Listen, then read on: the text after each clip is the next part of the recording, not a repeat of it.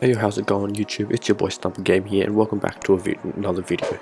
This video is quite different. I'm just going to show you how to get torrent onto your Mac.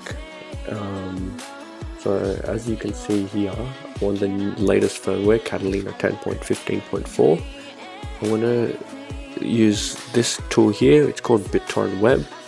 There's no actual installation onto the laptop. It just uses the web and the internet to get your torrents and your stuff. So here's the website. It's called BitTorrent.com, and here's the tool, BitTorrent.web. When you download it, it's going to save in your downloads folder, and it's going to be this one.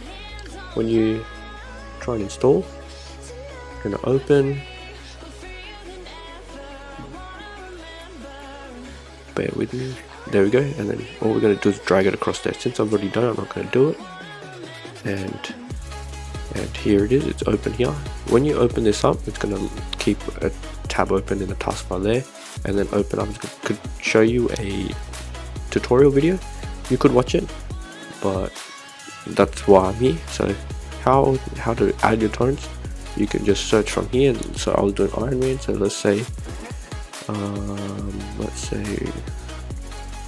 Iron Man 3. When you search, it's going to open a new tab, and then you come up with Google. You can just find a link. Let's say use this one. Let it load. Here's the thing, and here's the file. So anything you can do here, you select which one you want. You can do the file and implement the file, like upload the file there, or you can do magnet. I recommend magnet linking.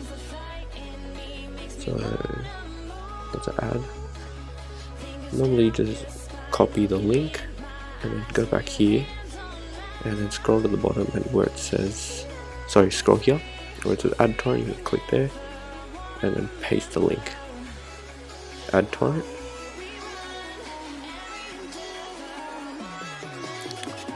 Like that, but I've got this movie already, so I'm not going to do it.